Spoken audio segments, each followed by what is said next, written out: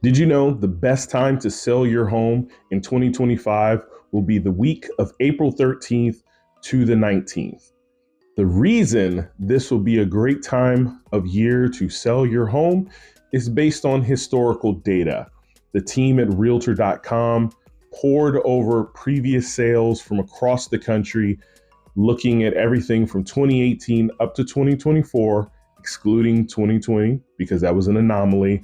But they looked at all of the sales trends, what the interest rates look like, factored in economic macro data. They also figured out seasonality and what normal buyer demand looks like to come up with this range.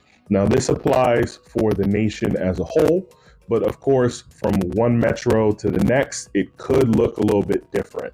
But as a seller, this is a great time. The weather's great. We're anticipating that this will probably be where the best interest rates will be for a while. You'll also have a pretty healthy buyer demand right before you hit the summer.